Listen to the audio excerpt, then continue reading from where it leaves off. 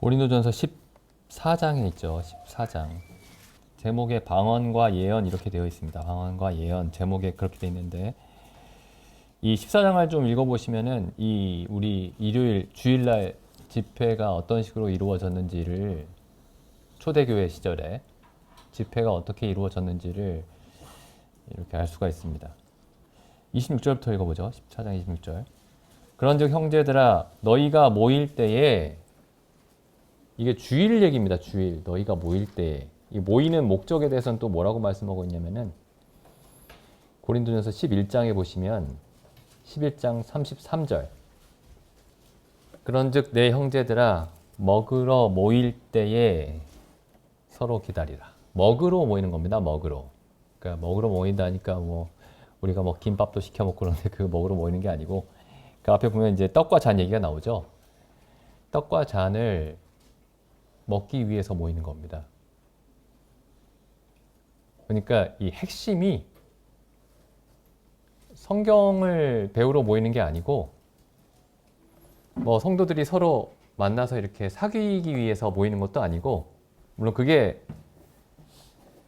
잘못이라는 뜻은 아닙니다. 근데 그 핵심이 뭐냐면은 떡과 잔을 먹고 마시는 겁니다. 그게 핵심이에요. 모이는 목적입니다. 표현이 이상하죠? 11장 33절. 먹으러 모일 때에 서로 기다리라. 그리고 이거 먹으러 모이는 게 뭐 초대교회에서 그렇게 했고 신약 성경에 그렇게 기록이 되어 있으니까 우리가 떡과 잔을 나누나 보다 주일날 뭐 이렇게 생각할 수 있는데 이 11장 23절 보시면 이렇게 돼 있죠. 사도 바울이 이 떡과 잔을 나누는 예식에 굉장한 무게를 둡니다. 엄청난 무게를 두고 있어요. 내가 너희에게 전한 것은 주께 받은 것이다. 주님께 받은 것이다. 이 주님이 누구시죠? 천지를 창조하신 하나님이십니다. 천지를 창조하신 하나님이 사람이 되신 분이죠. 내가 너희에게 전한 것은 그리고 지금 너희가 지키고 매 주일마다 지키고 있는 것은 주님께 친히 받은 것이다. 그리고 33절에 너희가 먹으러 모이는 것이다. 우리가 모여서 이제 성경 이야기도 하고 뭐 서로 안부도 묻고 어려운 일이 있는지 뭐 물어보기도 하고 여러 가지 일들을 하지만은 결국에 이 주일날 모이는 목적은 떡과 잔을 나누기 위해서입니다. 떡과 잔을 나누는 이게 떡과 잔이 복음을 얘기하고 있죠. 복음. 떡과 잔의 그 의미가 복음입니다. 복음.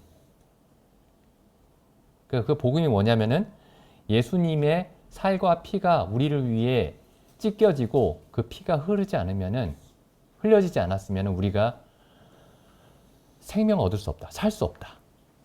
그게 이제 우리가 떡과 잔을 나눌 때 항상 기억해야 되는 내용입니다. 그리고 또 10장에 보면은 10장 16절에 이렇게 돼 있죠. 우리가 그리스도의 피와 몸에 참여한다.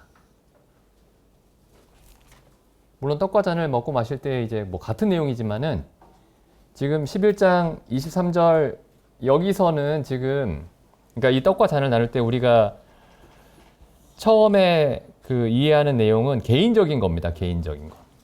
내가 그리스도의 살과 피를 먹고 마심으로 생명을 얻었구나. 그리스도께서 십자가에서 나를 위해서 죽으심으로 내가 생명을 얻었구나. 내가 의롭다함을 얻었구나. 내가 살아났구나. 개인적인 측면이고 지금 여기 10장 16절에서 하고 계시는 말씀은 16절, 17절 내가 하나님의 자녀구나. 그 얘기가 아니고 우리가 그리스도의 한 몸의 각 지체들이구나. 우리가 그리스도의 몸을 이루었구나. 여기는 우리에 대한 얘기입니다. 우리. 그래서 이제 우리가 주일날 모여가지고 떡과 잔을 나누면서 떡과 잔을 나누고 또 이렇게 형제님들이 앞에서 이제 나와서 성경을 가지고 얘기하는 그 모든 내용이 결국에 떡과 잔의 의미입니다. 우리가 지금 떡과 잔의 의미에 대해서 얘기를 하는 거예요. 만날 때마다. 다른 게 아닙니다. 그러니까 떡과 잔을 뗄 때 이제 예배가 끝났구나. 예배 끝나는 어떤 신호가 아니고 이게 주일날 주일 집회의 핵심입니다. 핵심. 먹으러 모이는 거예요. 먹으러. 그리고 사도행전에도 이런 말씀이 있죠. 사도행전 20장 똑같은 말씀이 있습니다. 사도행전 20장 7절에 보시면 안식 후 첫날에 우리가 떡을 떼려 하여 모였더니 안식 후 첫날이면 안식일이 토요일이죠. 안식 후 첫날이면 일요일입니다. 일요일. 안식 후 첫날 우리가 떡을 떼기 위해서 모였다. 모임 목적이 떡을 떼기 위함입니다. 떡을 떼기 위함이에요. 의용진님 잠깐 나가셨는데 저기 이제 의용진님 어머님 때문에 그 불편해 하시는 것 같아가지고 이제 의용진님 가정은 이제 떡과 잔이 지나간 다음에 오시는데 제가 이제 곰곰이 생각을 해보니까 그건 아닌 것 같아요. 그건 아닌 것 같아요. 어머님 좀 불편하시더라도 떡을 떼기 위해서 모이는 건데 물론 이제 교회 안에 아직 들어오지 못한 분에 대한 배려도 있어야 되겠지만은 그게 더 중요한가 아니면은 주의 명령을 행하는 것이 더 중요한가 이걸 생각해 볼 필요가 있을 것 같습니다. 다시 이제 고린도전서로 넘어가 보시면은 그래서 떡과 잔 뗄 때 성도님들이 이제 뭐 물론 이제 다들 그렇게 생각하시겠지만은 떡과 잔의 의미에 대해서 다시 한번 생각을 해보고 우리가 주님이 친히 명령하신 것을 행하고 있구나. 그 의미를 생각하면서 주님을 먹고 마시지 않으면 내가 한순간도 살 수가 없고 우리가 주님을 먹고 마심으로써 주님의 몸, 그러니까 교회죠. 주님의 몸의 각 지체들이 되었구나. 그러니까 내가 개인으로서 하나님의 자녀가 됐을 뿐만 아니라 내가 개인으로서 하나님의 성도가 됐을 뿐만 아니라 우리가 그리스도의 몸이 되었구나. 이게 엄청난 얘기입니다. 사실은 그 그리스도의 몸이 되었다는 얘기가. 왜냐하면은 성경을 잘 보면 성경의 어떤 논리가 이런 논리예요. 예수 그리스도만 하늘나라에 갑니다. 예수 그리스도만. 예수님이 그 세례를 받으시고 물에서 올라오실 때 혹은 아까 그 형제님도 읽으셨지만은 그 변화산에 올라가셔서 이제 몸이 변화하셨을 때 하나님이 예수님을 보고 이렇게 말씀하시죠. 이는 내 사랑하는 아들이요 내 기뻐하는 자라. 예수님만 그런 말씀을 들을 수 있습니다. 하나님께. 그러니까 예수님만 하늘나라에 갈 수 있어요. 예수님만 의인이거든요. 근데 우리가 예수 그리스도의 몸이 된 겁니다. 예수 그리스도의 그 몸에 참여하게 된 거예요. 그래서 우리가 예수 그리스도와 함께 하늘나라에 가는 겁니다. 그러니까 예수 그리스도를 믿는 각각의 개인들로서 가는 게 아니고 우리가 예수 그리스도 안에 포함되었기 때문에 원래는 예수 그리스도 한 분만 하늘나라에 가실 수 있는데 우리가 그의 몸이 되었기 때문에 그분이 가실 때에 함께 하늘나라에 가는 거죠. 이게 이제 그런 논리입니다. 성경의 논리가. 어쨌든 여기 돌아가 보겠습니다. 고린도전서. 그래서 우리가 모이는 목적이 그 떡을 떼기 위한 목적이고 떡과 잔을 나누기 위한 목적이고 그래서 고린도전서 14장 26절 그런즉 형제들아 어찌할꼬 너희가 모일 때에 여기 모일 때에도 아까 떡을 떼기 위해서 모인 겁니다. 너희가 모일 때에 각각 찬송시도 있으며 찬송도 하고 가르치는 말씀도 있고 계시도 있고 방언도 있고 통역도 있고 그래서 모일 때에 일어나는 일, 우리가 주일날 모일 때에 일어나는 일들이 여기에 열거가 되어 있습니다. 주일날 모일 때에 일어나는 성도들 사이에서 일어나는 모든 일이 열거되어 있는 건 아니에요.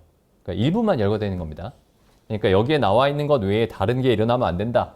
이렇게 생각하면 안 되고요. 그러니까 대표적인 몇 가지가 열거되어 있는 겁니다. 그래서 찬송, 가르치는 말씀, 계시. 근데 우리 중에는 계시가 나오면 안 됩니다. 뭐 어떤 형제님이 어떤 자매님이 내가 계시를 받았다 그러면 이제 그분은 쫓아내야 돼요. 쫓아내야 됩니다. 방언 하실 분 없으시죠?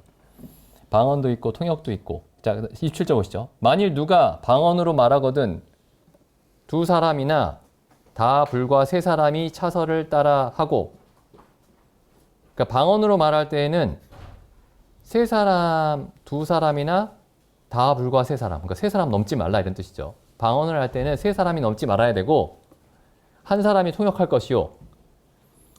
28절. 만일 통역하는 자가 없거든 교회에서는 잠잠하고 자기와 및 하나님께 말할 것이요. 그러니까 통역하는 사람이 없으면 방언하지 말라. 교회에서 방언하지 말라. 이런 말씀이죠. 어떤 사람이 방언을 하면은 통역하는 사람이 그 방언의 내용을 통역을 하는 건데, 그 통역할 때 그럼 하나님의 뜻을 말하게 되겠죠. 그 방언하는 사람이. 근데 지금 이제 방언하는 사람은 없습니다. 방언하는 사람이 없고. 29절. 예언도 마찬가지예요. 예언하는 자는 둘이나 셋이나 말하고 다른 이들은 분별할 것이요. 여기 예언하는 자는, 그 예언하는 자는 여기 영어 성경 찾아보시면은 그냥 선지자입니다. 선지자. 그러니까 예언하는 모든 사람이 아니고 누구나 예언하는 게 아니고 선지자는 이런 뜻입니다. 선지자.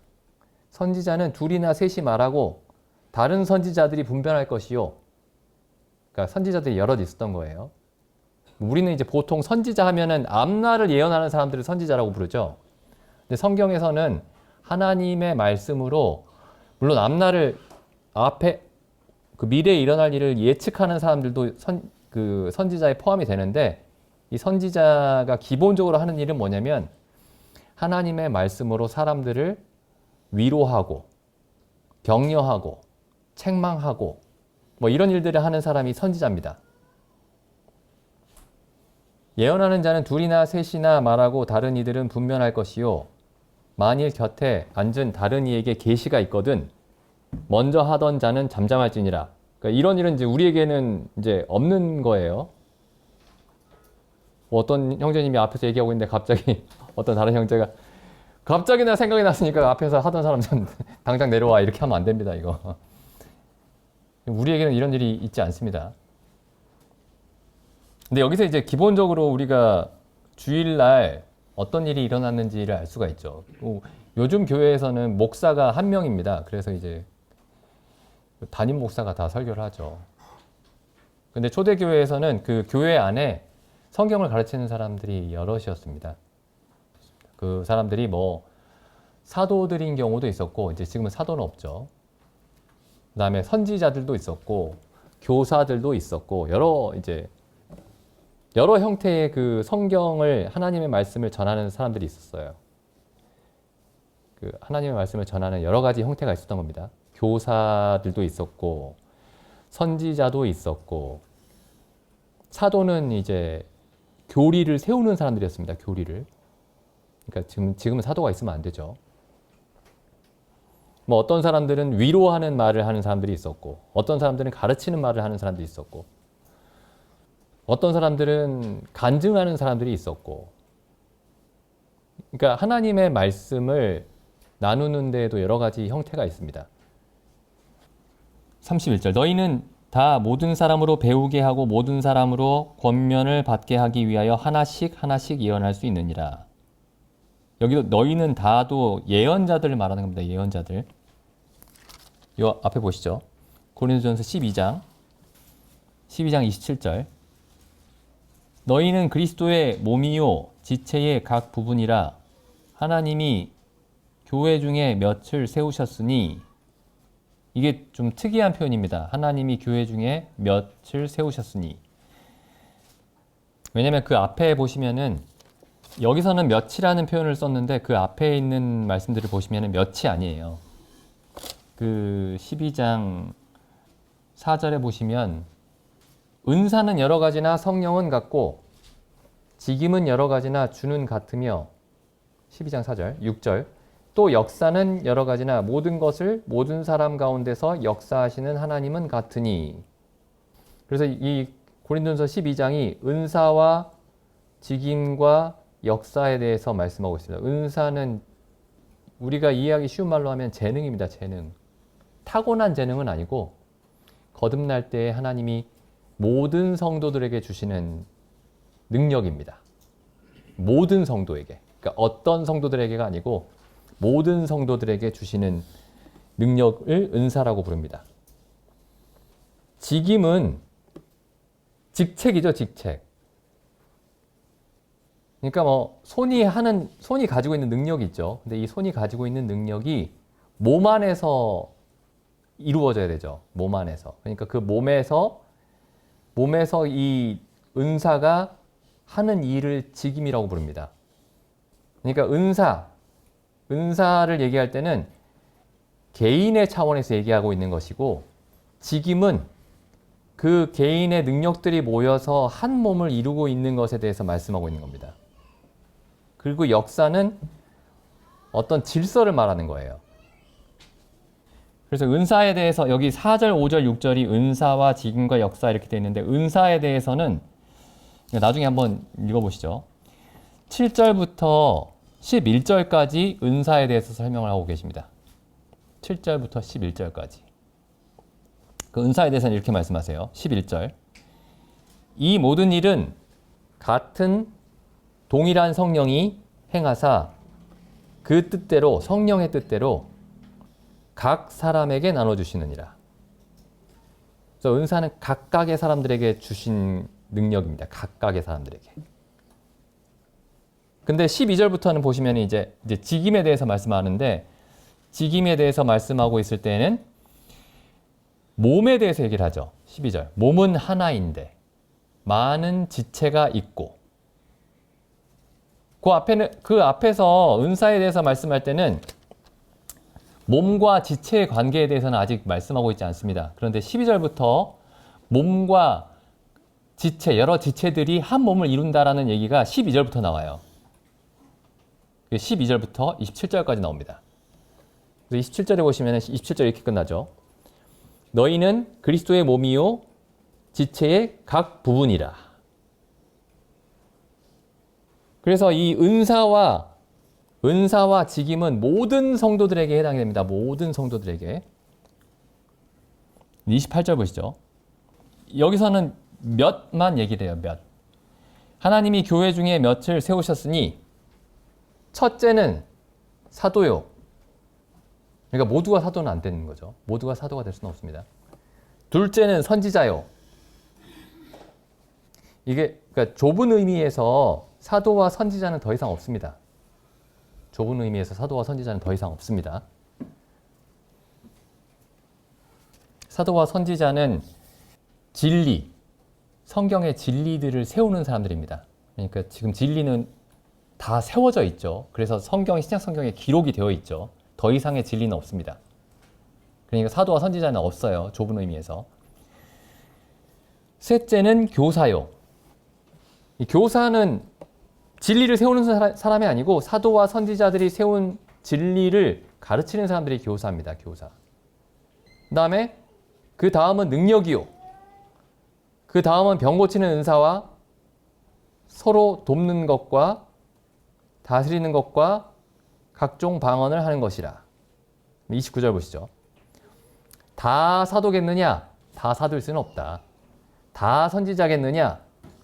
다 교사겠느냐? 다 능력을 행하는 자겠느냐? 다 병 고치는 은사를 가진 자겠느냐? 다 방언을 말하는 자겠느냐? 다 통역하는 자겠느냐? 그럴 수 없다라는 거죠. 고린도 교회에서는 다 선지자가 되고자 했고, 다 사도가 되고자 했고, 다 교사가 되고자 했고, 다 병 고치고자 했고, 다 방언을 말해야 된다고 생각을 했고, 이런 상황들이 있었던 겁니다. 그러니까 사도 바울이 지금 이런 오해를 바로 잡고 있는 거예요. 그래서 이제 다시 그 고린도전서 14장에 돌아와 보시면은 26절에서 33절에 나와 있는 그 방언하는 사람들과 이 예언하는 자 혹은 선지자는 좁은 의미에서 볼 때 지금 우리에게는 나타나는 일이 아닙니다. 나타나는 일이 아니에요. 그러니까 누가 성도님들 중에 방언하시는 분들은 통역하는 사람이 나타날 때까지 방언하지 마시고, 또 뭐 우리 중에 아까도 말씀드렸지만은 어떤 형제가 앞에서 얘기하고 있는데 내가 계시를 받았다 내려와라 이렇게 하지 마시고, 우리에게는 이제 있는 일이 아닌데 여기서 어떤 원칙을 발견할 수 있습니다. 원칙. 우리가 방언도 없고 예언하는 자도 없지만 여기서 우리가 주일날 모일 때에 따르는 원칙이 있어요. 그래서 뭐 언제가 될지는 모르겠지만은 이제 우리가 이전에 이제 형제님들이 마음속에 부담이 있는 분들이 앞에 나와서 말씀을 나눴는데, 그때 이 말씀들을, 이 고린도전서 말씀들을 좀 다시 한번 읽어보고 이렇게 생각을 해봤으면 좋겠습니다.